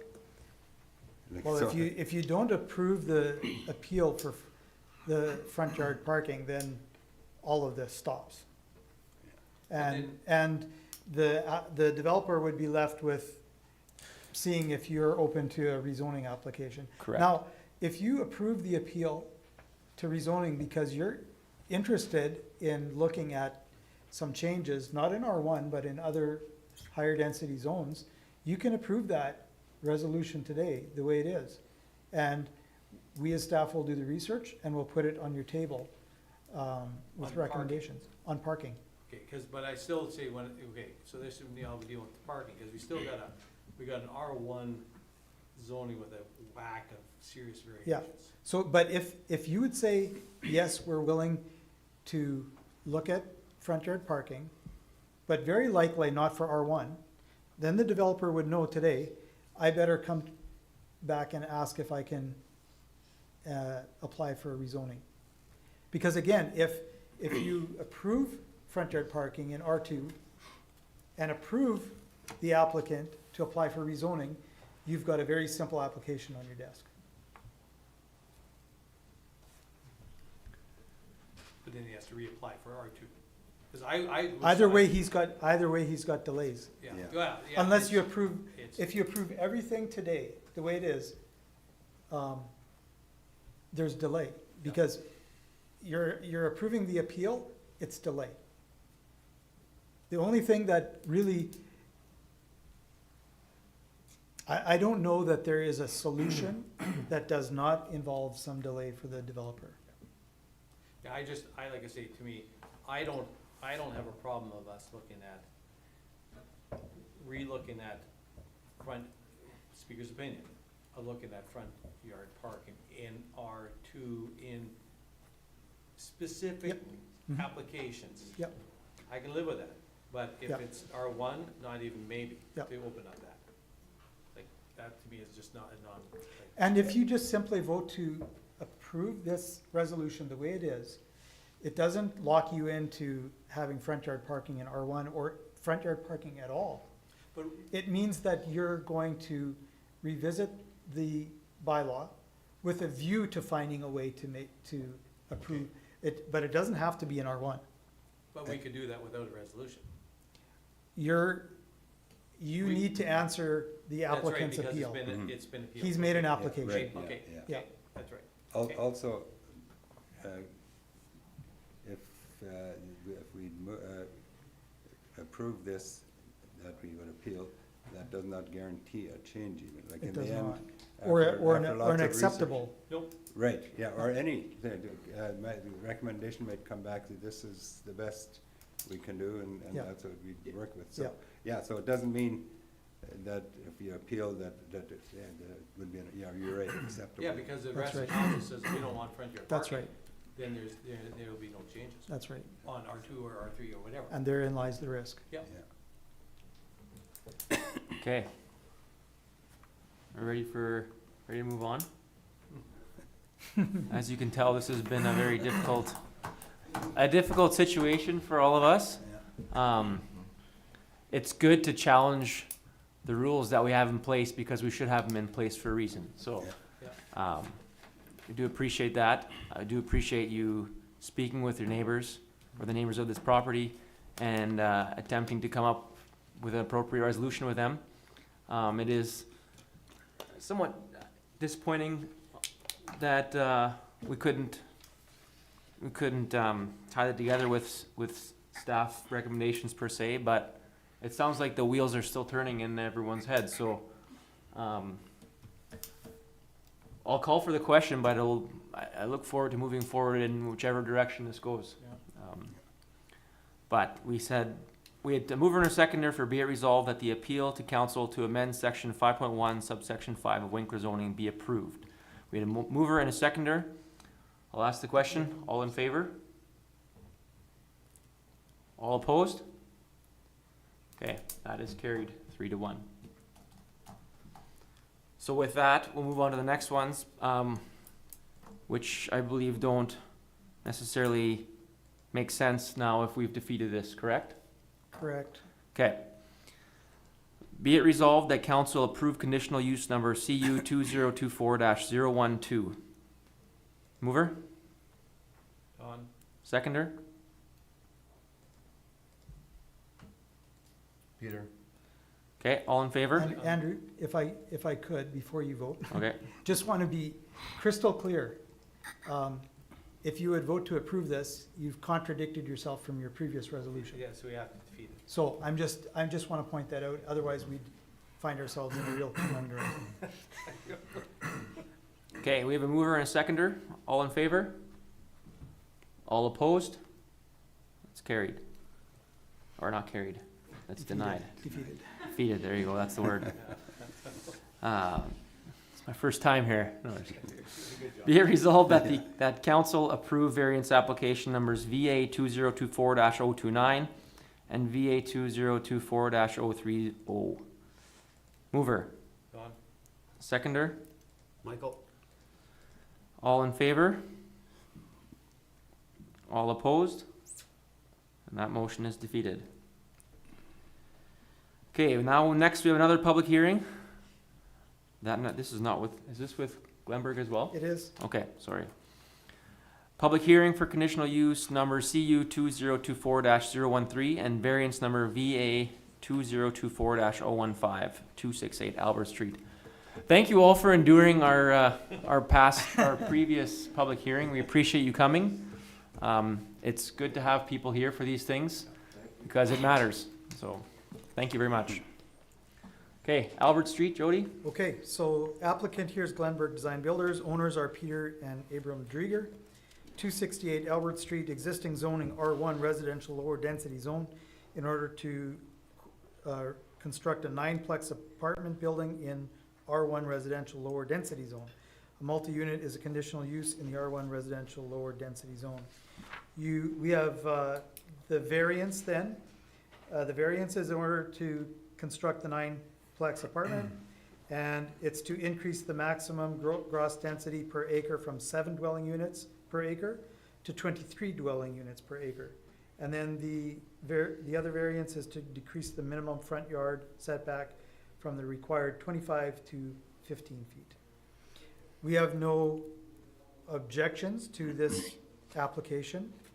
You have a report to council that is quite similar to the previous application, in that we're using a method here which staff believe the applicant chose the route because of the denial of rezoning on Main Street South.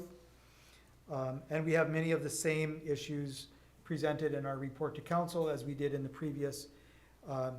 I would suggest staff are not really opposed to this development.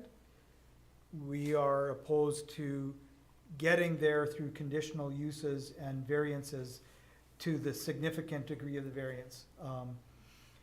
There's similar construction that's happened in this area of town on Victoria, and that pretty much the exact same construction.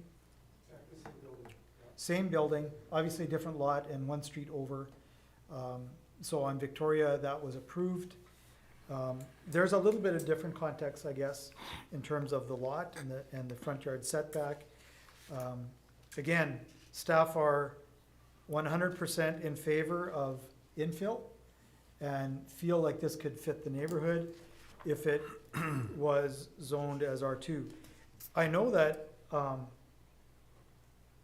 we don't want to get all caught up in just the paperwork, but we feel like the zones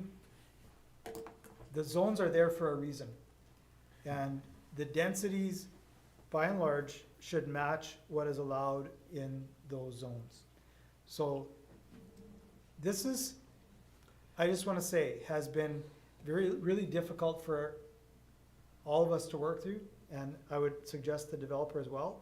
We've tried to work very closely with the developer, and Sam, we've appreciated your attitude and demeanor as we're both trying to come up with ways to find solutions that are best for our community. So it isn't lightly that staff bring this recommendation to you to say that we recommend it be defeated, and it's only because of the method.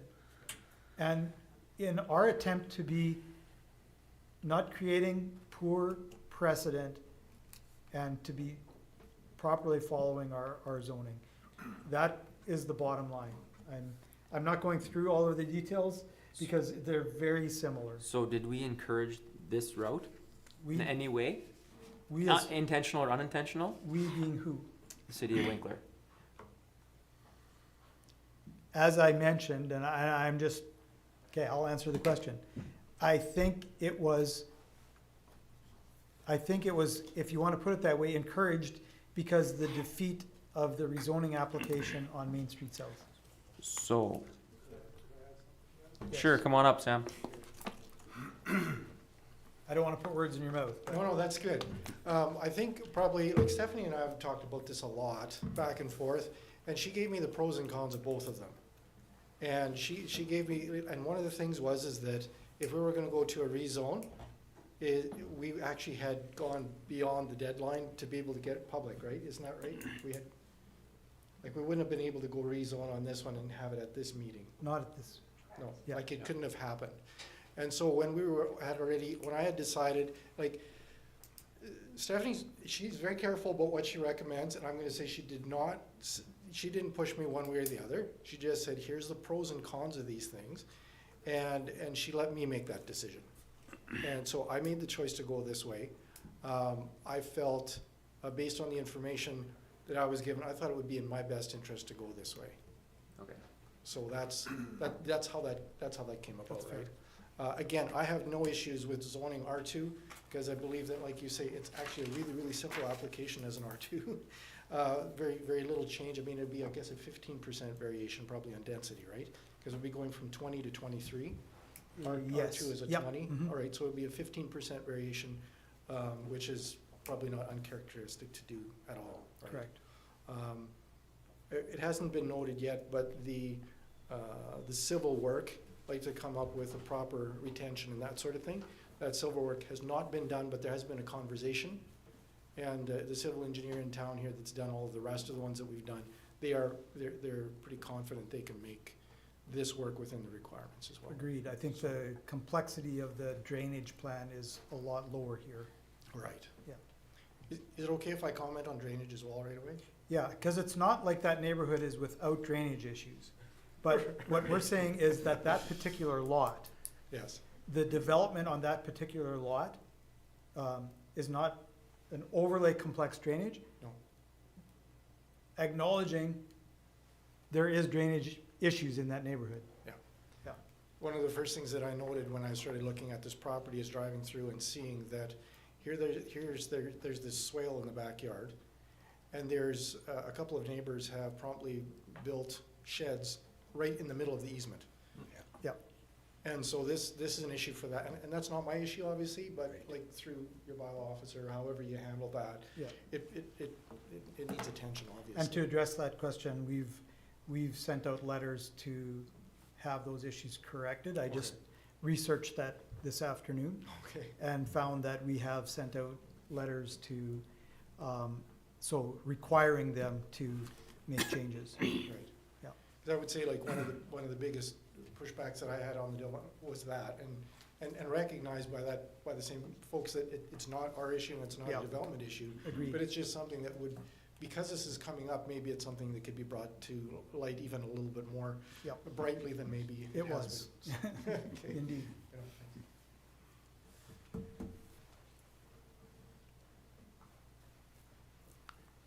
Okay, So, sorry, go ahead. I was gonna say, good, I think another fit for the community there, obviously no opposition, but to me, it's the process where I struggle with, because if we allow this with, 300, 400% variances in an R1, it just opens up such a can of worms. So to me, the process I would appreciate is it rezone to R2, and then it's a simple.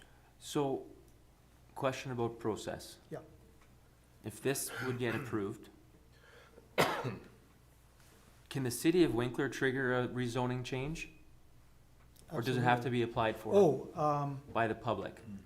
Like if this would all be happening, and you were saying before too, I see. that the city of Winkler would rather have the zoning maps changed to what they are, can you change that after the fact?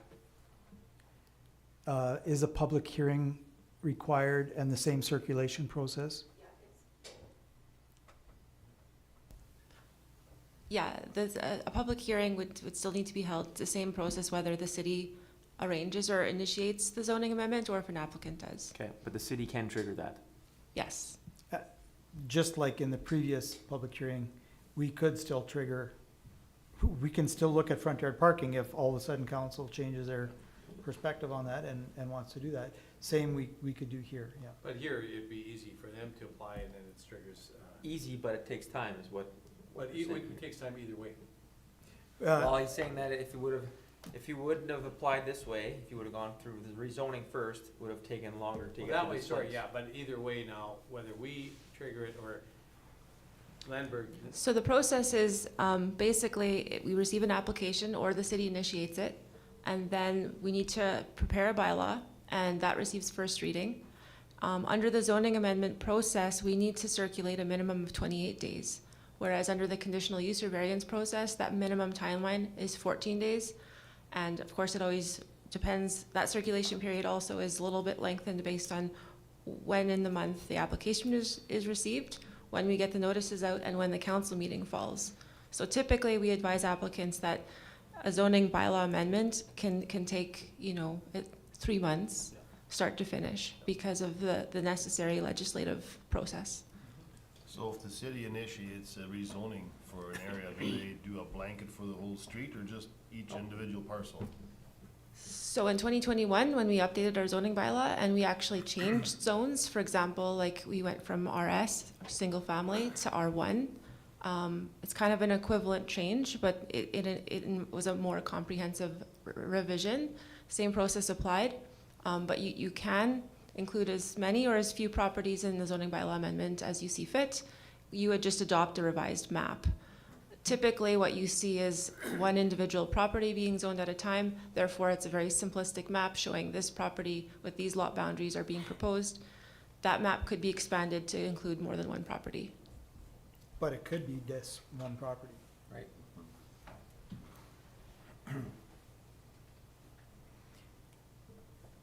Because if you'd see that being a fit, you could either go through with this now and rezone it later, theoretically.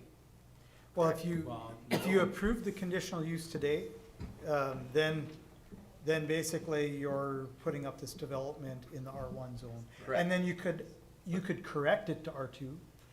And what you would, in a way, what you would have to say, I haven't researched this fully, but if you pass this and approve these on a without prejudice and without precedent basis, it would suggest to future councils not to follow that precedent. Yeah, because to me, That's what you're just trying to avoid, bad precedent. Yeah. So if you're trying to find the fastest way to approve this for the developer, because we all believe it's a good fit for the community, the fastest way is to approve what's on your table right now. But if you were to do that, my suggestion is that we do it on a without prejudice, without precedent basis, so that future councils would see that in the resolution and not be tempted to use that as precedent to increase density. but then the public would see it. Agreed. And that's why, as staff, we didn't recommend that You know, route. and then to me, if you rezone it later, that's kind of putting the cart before the horse. It's kind of like almost saying we're correcting in a way, an existing non-conforming, if you will.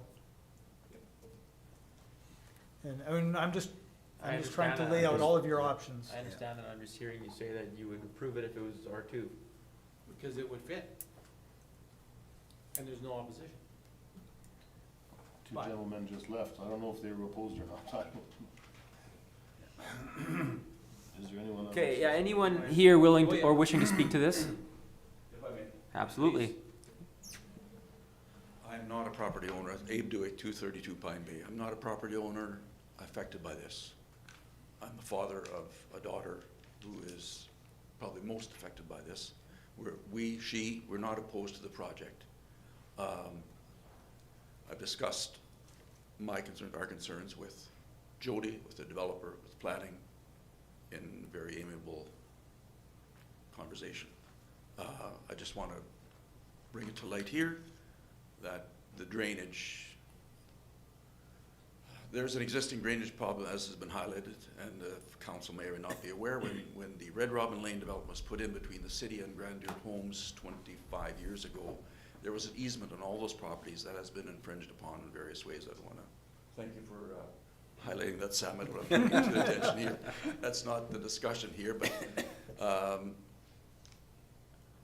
simply raise this as a concern that if this is approved, that drainage be considered. And I think from planning and what kind of discussion's been happening, I understand that the retention area to the back of the property, now this is parking to the back of the property, which we're glad for, just because we don't have that, or she doesn't have that building right next to her. And I think the street appeal is nice and all that. It's contrary to what the 5th Street South was. Planning seemed to indicate that engineering would be in such a way that any spillover from that retention area would flow back to Albert and not into the existing drainage that's at the rear of those properties on Red Robin Lane, which was designed to drain Red Robin Lane, not Albert Street. So there's a bit of a berm or a rise there that we hope would not be disturbed. But, yeah. I just want to be on record here that Yeah, very good. we're not objecting as long as drainage is considered. Yeah. Thank you. Thank you. Anyone else wishing to speak to this?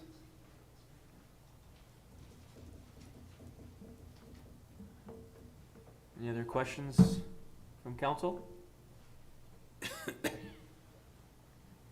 drove up and down Albert a little bit yesterday and again today, just to see. This would be the first one on that street. That would be, because the rest of it all kind of lines up. You don't really see any anomalies when you drive by. It's just all, it's all the same. This one would be the first one. Victoria, of course, has a number of them ready, but this would be a first. It looks like it could pretty much fill that lot, but it's.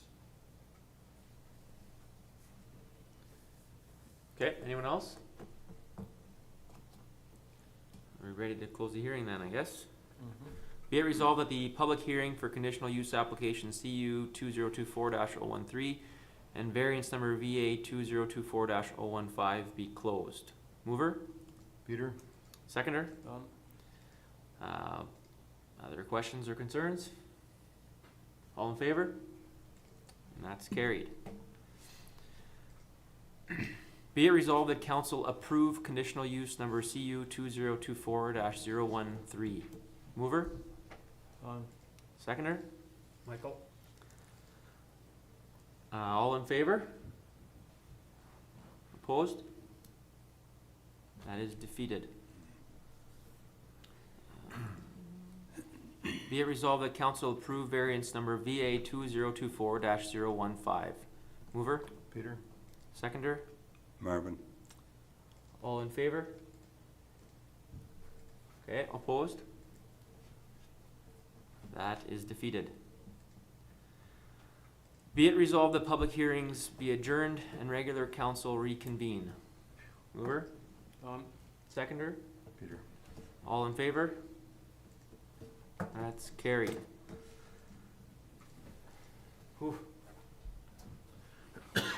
Still with us? I'm still here. Thank you all for being here for this. Last item here, questions from the media or public relevant to this meeting of council. Nothing from Alex? Anyone online? No questions online? Then be it resolved that this regular meeting of council be adjourned. Mover? Seconder? Peter? All in favor? That's carried. Thank you all very much for coming today.